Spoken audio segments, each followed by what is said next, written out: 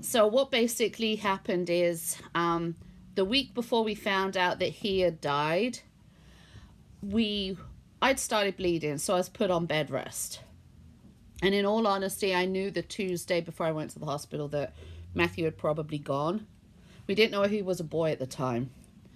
So, when you're on bed rest because you're bleeding and the such, like, you do a lot of begging and praying and, please don't let this be true, all that good stuff.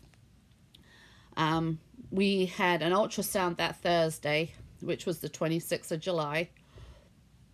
And we were going to find, well, I have an older son, Robert, and we were going to find out whether I was having a boy or a girl.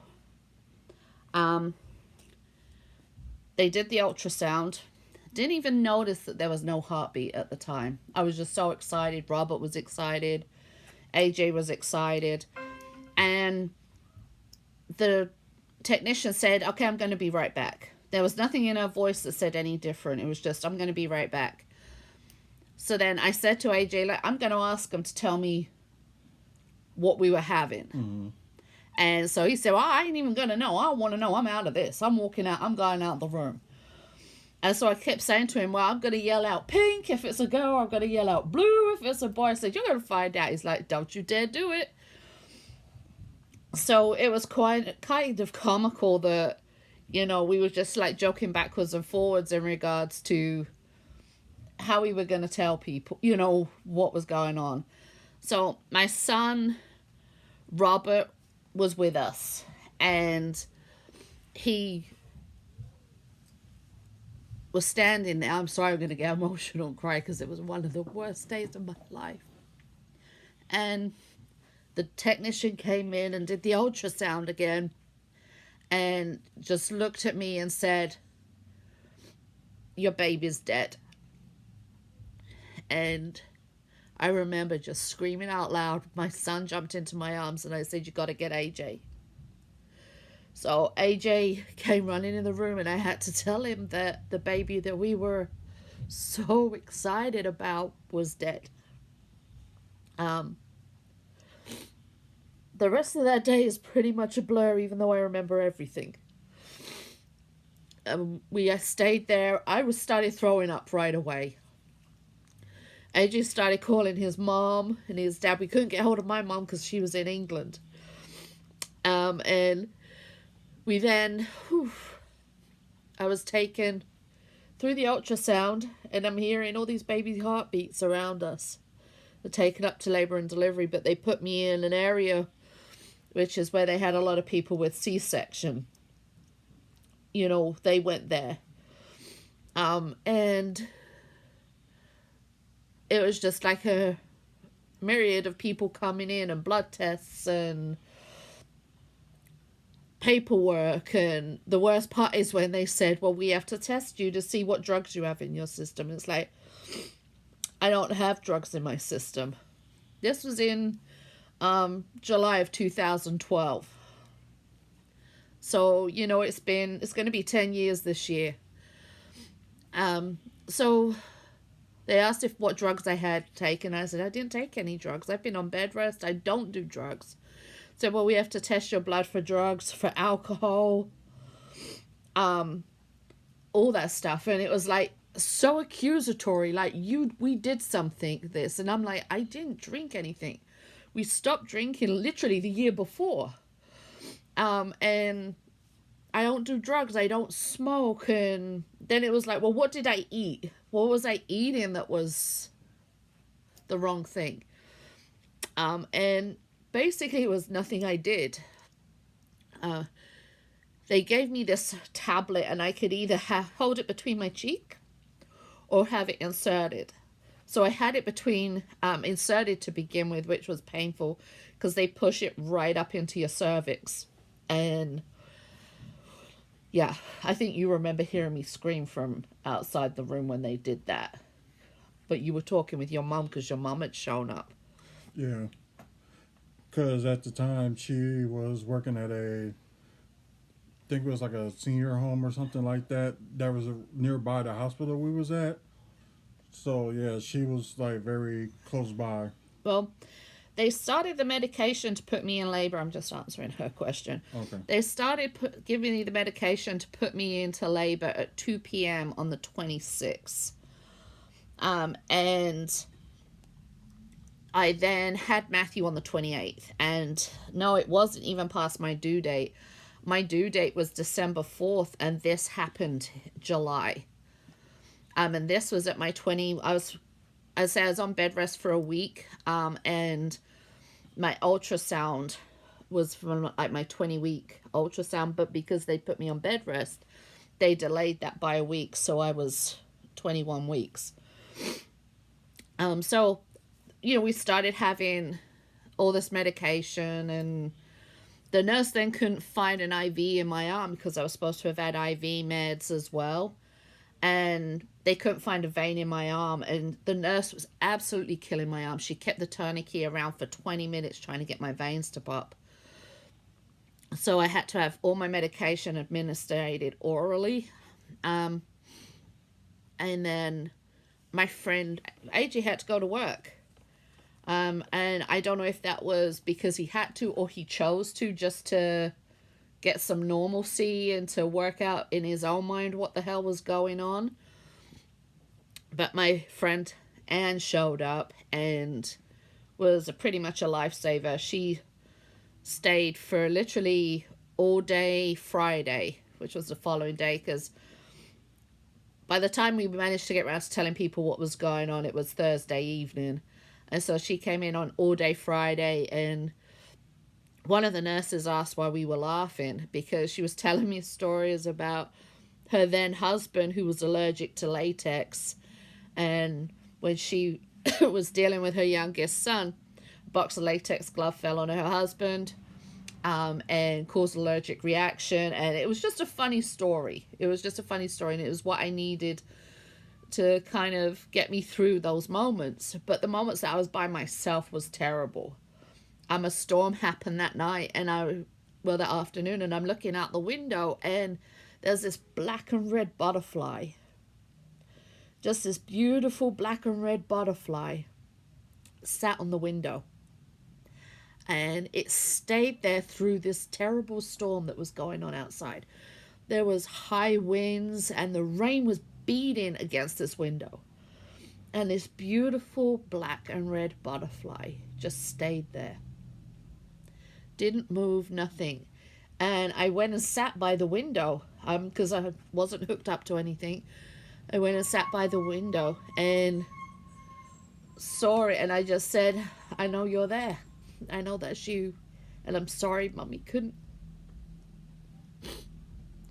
I'm sorry Mommy couldn't carry you. And I'm sorry I couldn't keep you with me. And when the storm ended, the butterfly flew away. And that was the Friday night. And you came back from work and telling everybody, and came to the hospital. And it was funny because they said I could only have liquid food. And they brought up all these different things that were liquid and clear food and everything. And I remember giving you some of it because it tasted so damn. I'm like, I can't eat this. This tastes terrible. She didn't like it. I thought it was okay. Yeah. And that night, I remember it was like midnight, and you had fallen asleep. And I think a lot of yours was exhaustion because you'd been running around and everything. And I turned on the TV, and there was the Warriors was playing. That was on at one time. I turned it on just in time to hear, "Can you dig it?"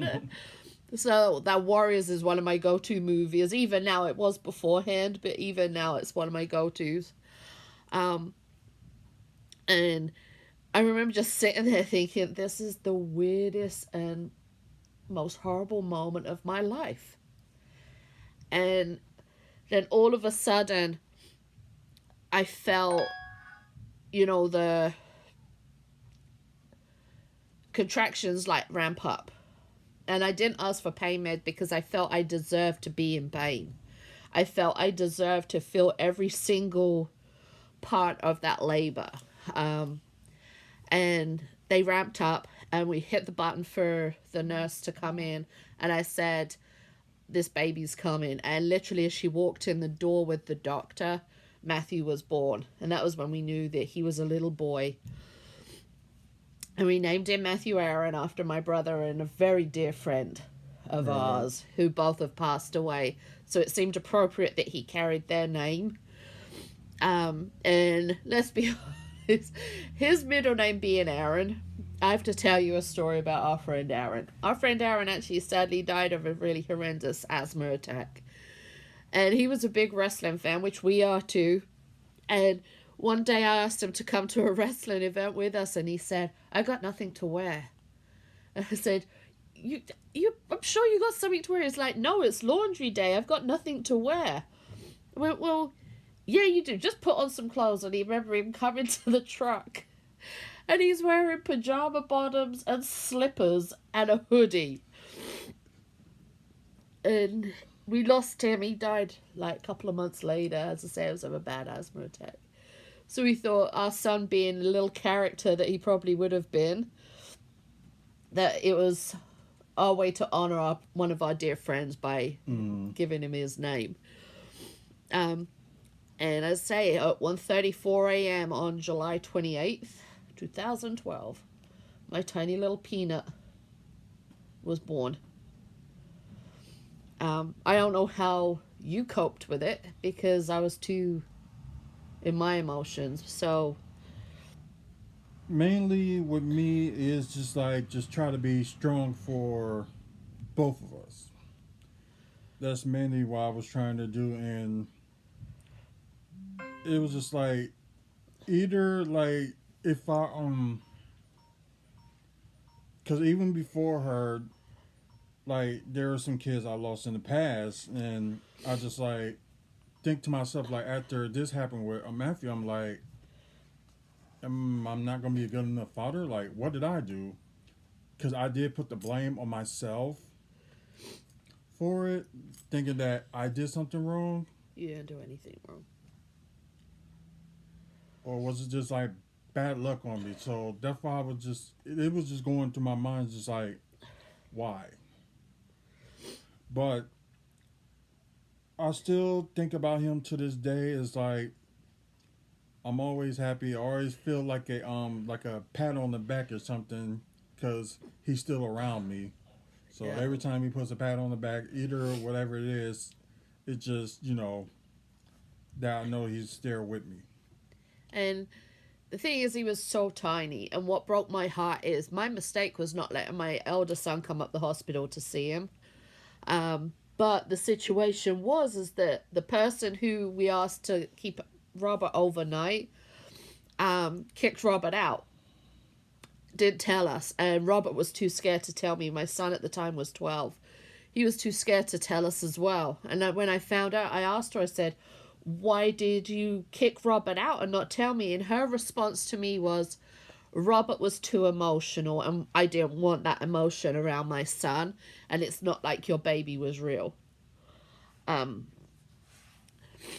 I was absolutely furious at that, like beyond furious at that. My son ended up at his friend Dylan's house, and to this day, will always be indebted to Michelle for giving him the love that he needed at that time. And I remember I came home from the hospital, and the loneliest journey was leaving that hospital without my son, because they came to me. We had him blessed actually at 3 o'clock in the morning on the Saturday morning, and we had, as I say, we had him blessed, and the chaplain who came was this wonderful, wonderful Hispanic man.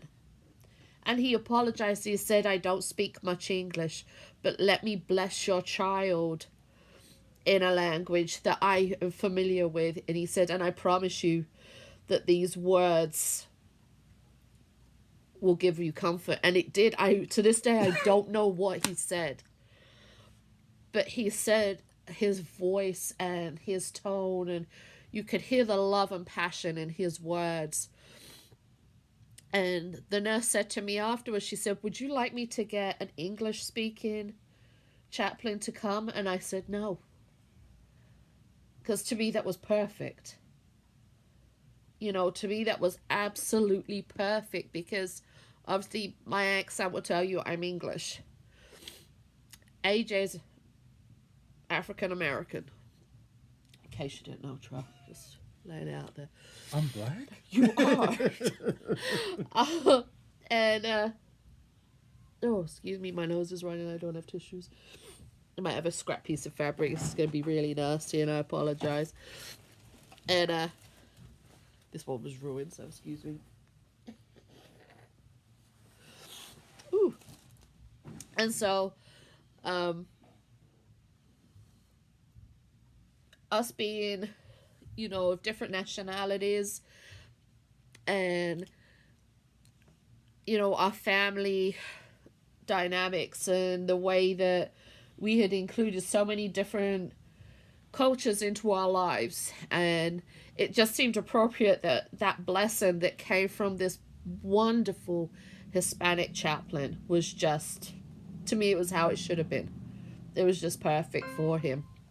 But the next morning, when I was released, they said, would you like to see your son again? And I said, yes, please. And they brought him to me. And I remember the nurse's words, and this is one of the reasons why I do what I do now, is that she said, I'm sorry he is cold. We had to put him in the refrigerator, and there was nothing small enough to hold him, so we put him in a shoebox. And those words just, they actually devastate you, because those are words that no parent should actually hear, regardless of their child dying. Saying to, I need to warn you, your child is going to be cold. That is fair enough, because we know deep down that you have to do something to keep the baby from decaying quickly. But we had to keep him in the fridge, and then we didn't have anything small enough for him. We have to put him in a shoebox. It was just crippling. Motion detected at the Maddie's memory. Okay. So, as say, I went home, and you'd gone. Well, actually, I told you to go to that wrestling event. Still, you said you would stay home, and I'm like, no, go, because they given me sleeping medication, and I couldn't keep my eyes open for love nor money. And I wanted him to have some sense of normalcy as to what was going on. So, you know, we then decided we had to work on his memorial. And that was actually a really good day. As sad as it was, that was a fun day. At the park, and balloons, and... Right. Everybody was there. Yeah. And yeah. All the kids were playing. And remember, Robert climbed up that tree. I have the photo of my son. He was like, Mom, I'm going to climb up a tree. And I was like, you're going to break something. My son is vertically challenged like me in regards to, if we can trip over it, we will. And so Robert climbed up this tree, and he at the top, and I just heard him yell, "Hi, Matthew, it's your brother. Can you see me?" And waving from the top of the tree. Then I had to get down before he did fall down and break his neck and stuff. But it was such a beautiful day, and the weather was just perfect, and it was wonderful. And then, as weird as it sounds, we actually had the memorial service before the funeral, because we were led to believe that Matthew couldn't have his own funeral. We were told that he had to be buried with other kids, and otherwise we would have had our own thing for him, in all honesty. Yeah. But, you know, that's not something that you know. You don't go into this thinking, well, I'm pregnant, so I better work out what kind of funeral service I may want for my child if I lose my child. That's not how it's done. And people don't tell you that either in the hospital. You just get paperwork thrown at you saying, sign this, where do you want your child to go? You got these choices here. So that's basically what happened. So we had his funeral. He was with other babies. And that actually, in a little way, gives me comfort that he's not alone. He's with friends in there, you know. Right, especially with the lady that had to bury her child. Of course, everybody knows her in Milwaukee. She's Alexis Patterson's mom. yeah, And we later found out that she is a cousin of your sister, isn't she? yeah, AJ and his sister have the same mom, but biologically different dads. mm-hmm. Um, so it was kind of, I want to say a blessing, but it was nice having our child buried with, in a way, family. Right, In a way, family. But it took us a long time. It was only this past year we were able to get him a headstone. But we did it. We said we would do yes, it. yes, We did it. He had a little plaque at the entrance to the baby's area already. And that was there for us to go see. But we wanted something in the ground where the grave is. So we managed to finally do that this year, which was proud. Because we wanted to do it before he turned 10.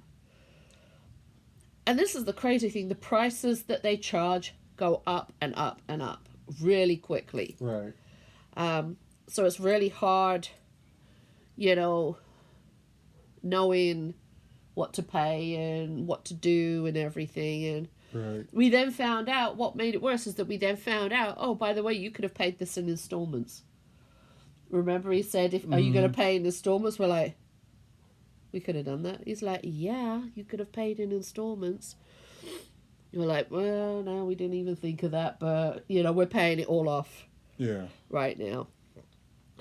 So, from like family donation, friends of hers and things like that. So yeah, and plus wherever we could put up.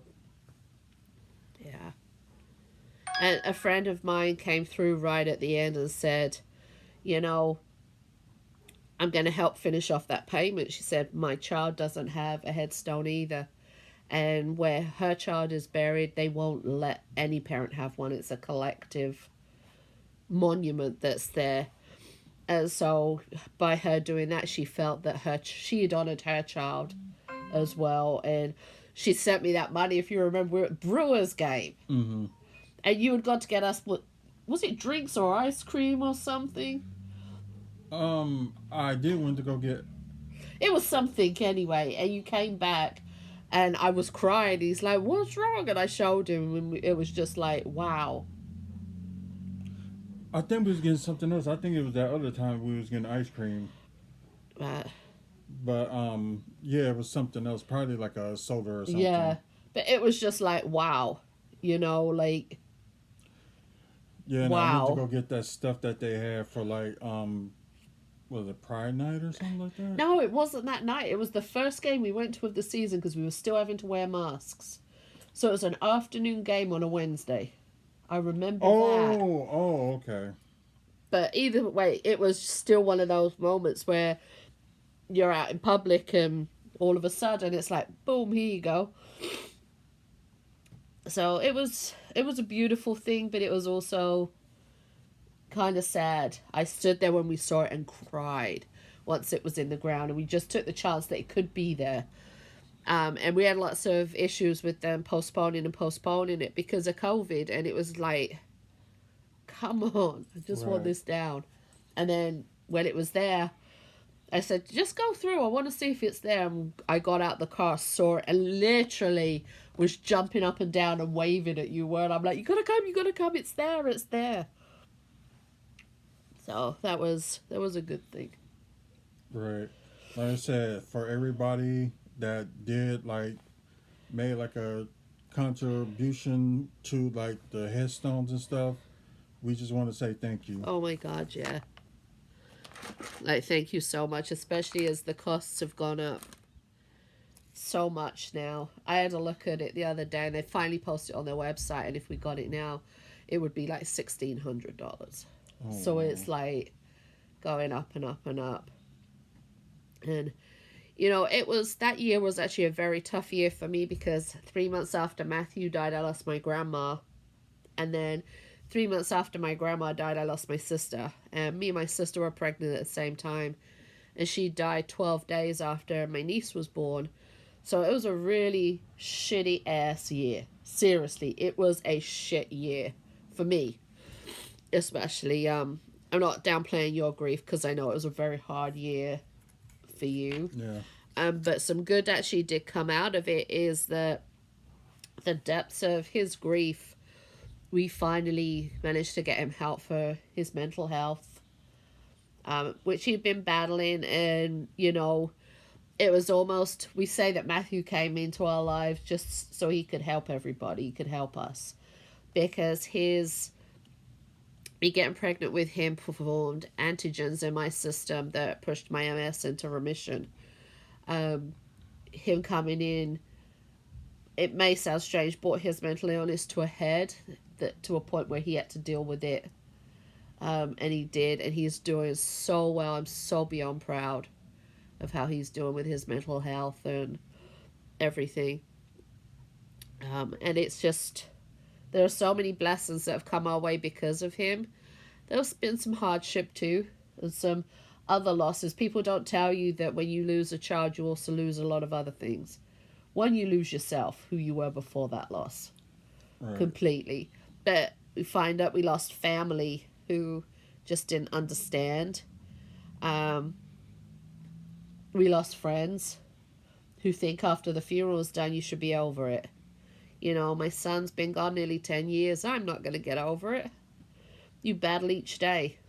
Simple as that. It's something that you just cannot get over it. So no matter what you think or how it is in your opinion, but right in ours, it's still going to hit home probably to the day we die. Yeah. Until we see them again. And what gives us a sense of it gives me especially, I don't know so much how you feel, we've talked about it, but not a big deal, a lot about it, is the one thing that helps is my grandma was probably one of the first people who grabbed my son. And my nan. My nan was one who the women who raised me. I was raised by two amazing women, my nan and my mom. And your grandma passed away, a few years back, and we're like, well, she thought she had her hands full down here with her grandkids. Now she's got her great grandson with her, and so certain things like that. Like my sister, she's always said to me when we were pregnant, she said, and after Matthew died, she went, I'm going to see Matthew before you do. And I was like, that'd be ridiculous. So my sister's 10 years younger than me. I was like, that'd be ridiculous. I said, I'll be there. She's like, no, I'll be there before you. She went, don't worry, I got him. I'll look after him. And that brings me some comfort too. It's just little things like that at times, but it's still a part of you is missing. Christmases and birthdays and holidays, there's that person who is missing. Mm-hmm. And then it hurts when you try to do things to it, to celebrate your child, and people are just like, oh,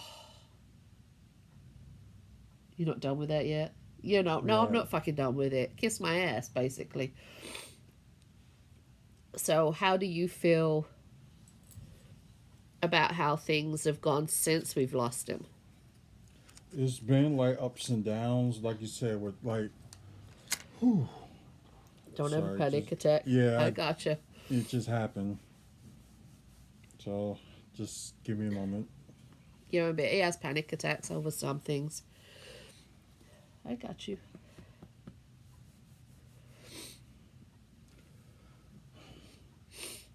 Okay. I got you.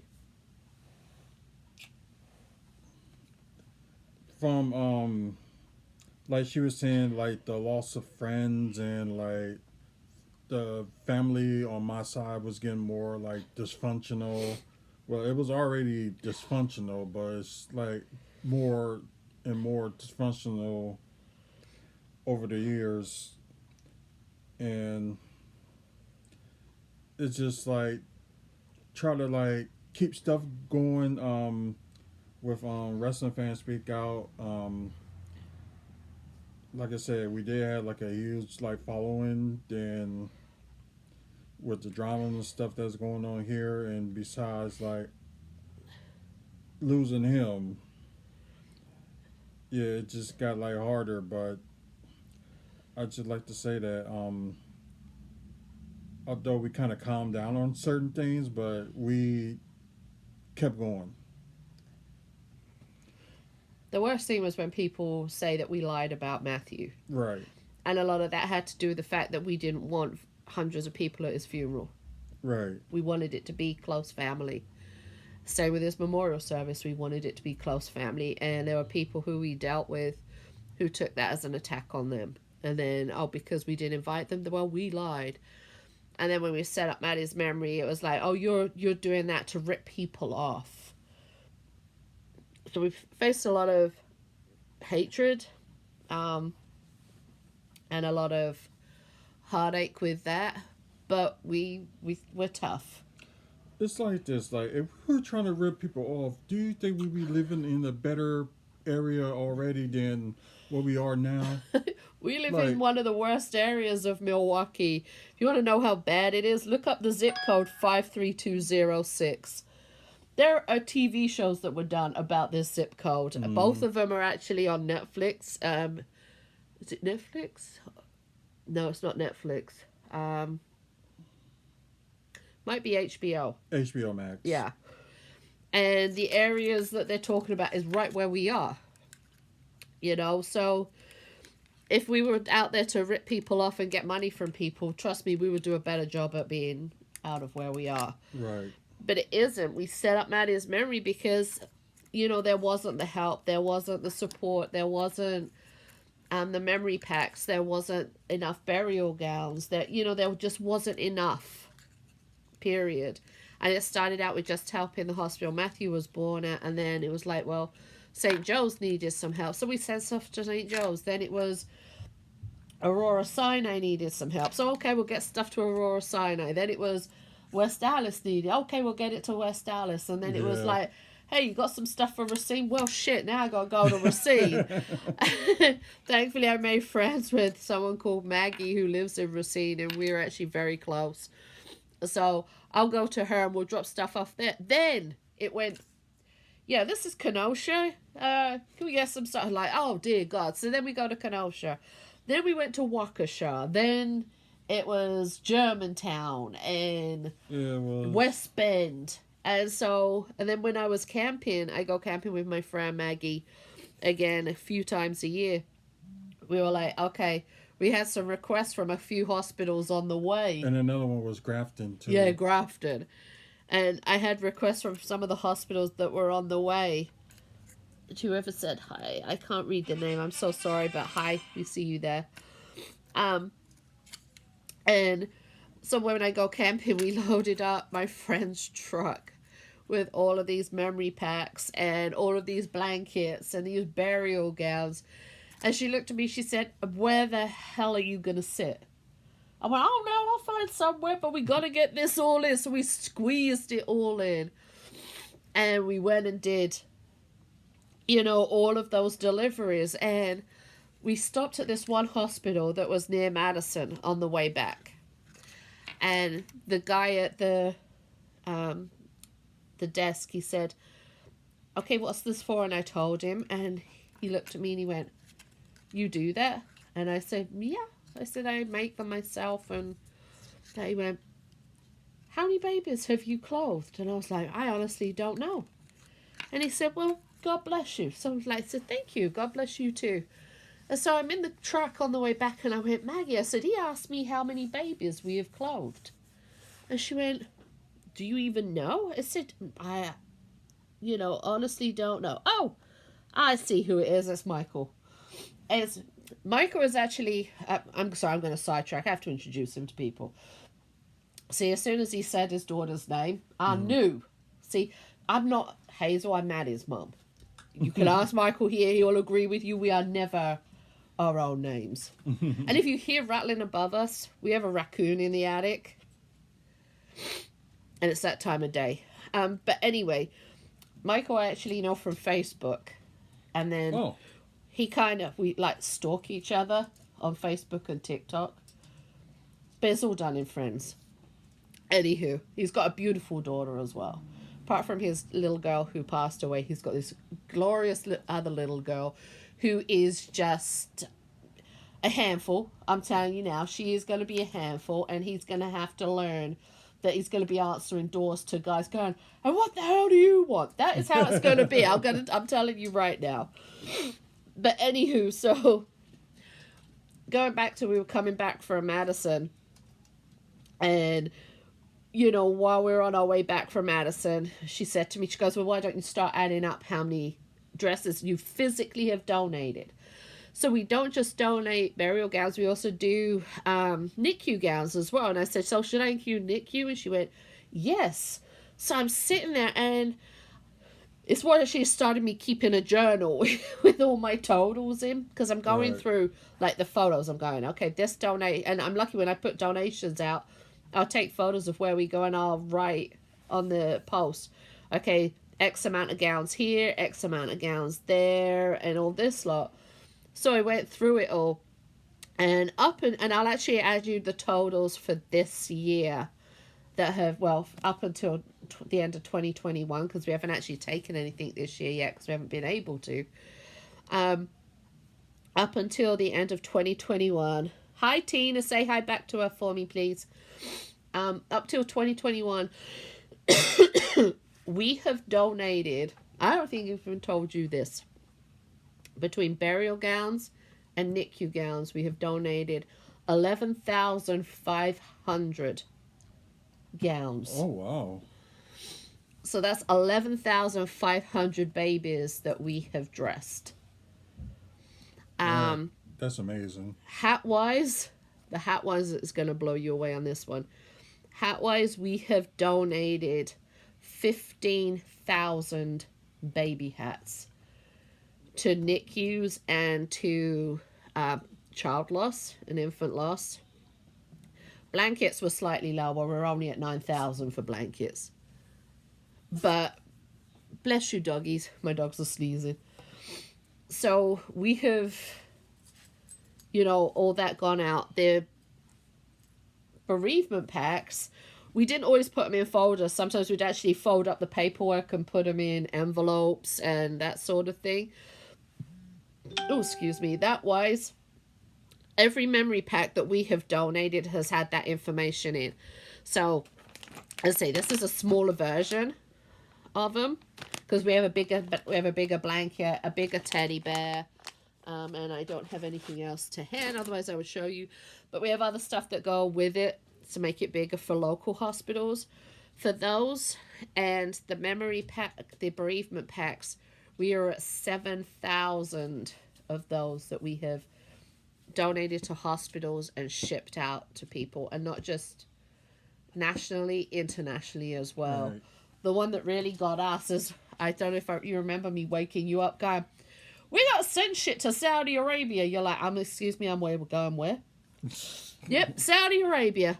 But they have a list of rules that we had to follow in regards to items that went out there, what we could include, what we couldn't include. And that was perfectly fine. We were glad to help. We also, we did books that had people's stories. Savannah still has a little teddy bear blanket. Oh, I'm so glad. Made her a teddy bear blanket like I did for Junior. Oh. I'm so glad. That made me happy. And, we did these books as well that had stories of child loss and everything. And it's really funny because our biggest audience, our biggest people who buy that is in Pakistan. And it's actually translated into each country's own language. So it's really weird to me that it's out there in all these languages as well. But our goal was simply we had to make some good out of Matthew's death. And I wanted Matthew to change the world. When I was pregnant with him, I said, you're going to change the world, little baby. So we didn't know. He was our peanut at the time because we didn't know where he was. Said, you're going to change the world, little peanut. And we were so hopeful that he would change the world. And so I'm getting weird emails. Okay. And he did change the world. Oh, she just started sleeping with it lately. Oh, bless. Perhaps that's because he's got a sister with it. Never know. Her sister's probably climbing up on that teddy bear blanket and just hugging her as well. because who wouldn't want a hug from a sister? So, you know, Matthew is changing the world. And can we do our claim to fame? We turned Milwaukee pink and blue, okay? We turned the domes pink and blue. We got Discovery World to actually, they just did lots of different colors because they said they couldn't do specifically pink and blue. We had Wisconsin Center. the Wisconsin Center went pink and blue. There was 2 apartment buildings that were pretty big that went pink and blue. And so we're coming home and it's like, I turned the city pink and blue, you know, because to me it's wonderful when you see people come together, and it gets people asking questions because people had actually pulled over by the domes behind us, hadn't they, and taken photos of it. And they were going like, why is it pink and blue? Why is it pink and blue? And I didn't say anything. Someone looked it up and said, oh, it's because it's pregnancy and infant loss awareness. And it was like, we did it. We started to do it. Right. The one thing that we are working towards now is the home bridge gets lit up. And they said in order to change the colors to pink and blue for Pregnancy and Infant Loss Awareness Day this October, it's going to cost $500. Oh, you better believe I'm turning that bridge pink and blue. I'm going to, hook or by crook, that bridge is going to be pink and blue this year. Make like a... Oh, it's going to be a fundraiser, trust me. make it Oh, like a it's going to be a fundraiser. big fundraiser for that one. Because I want that bridge pink and blue. So, I know we've been rattling on, and I apologize, because No, you it's our needed to passion. need to get it out there, so why not? But just to show you that we kind of, like, go crazy, this is how I am, all right? If I see anything pink or blue, I will buy it.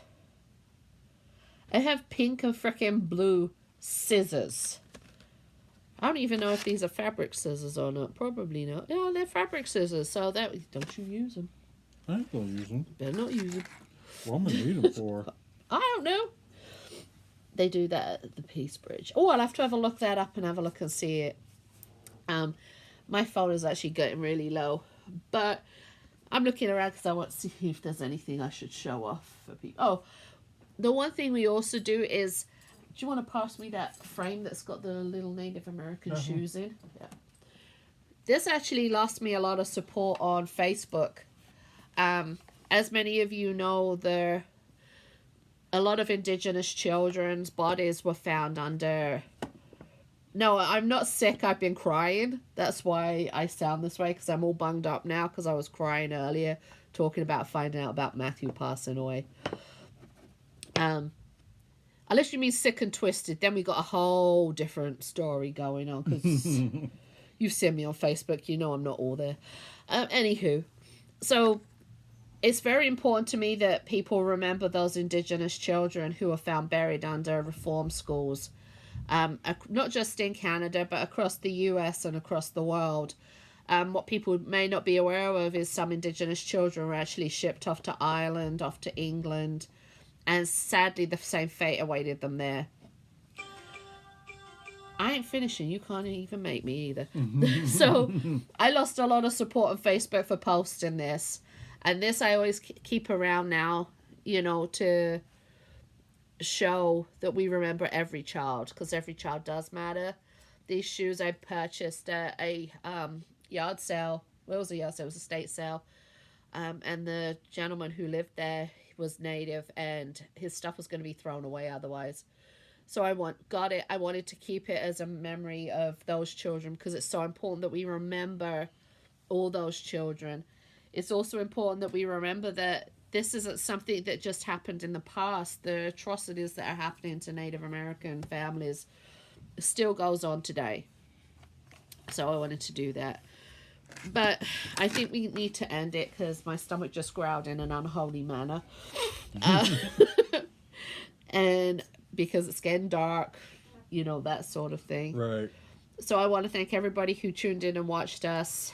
And people that's on like the chat. We got on TikTok and YouTube, also YouTube and on Twitch.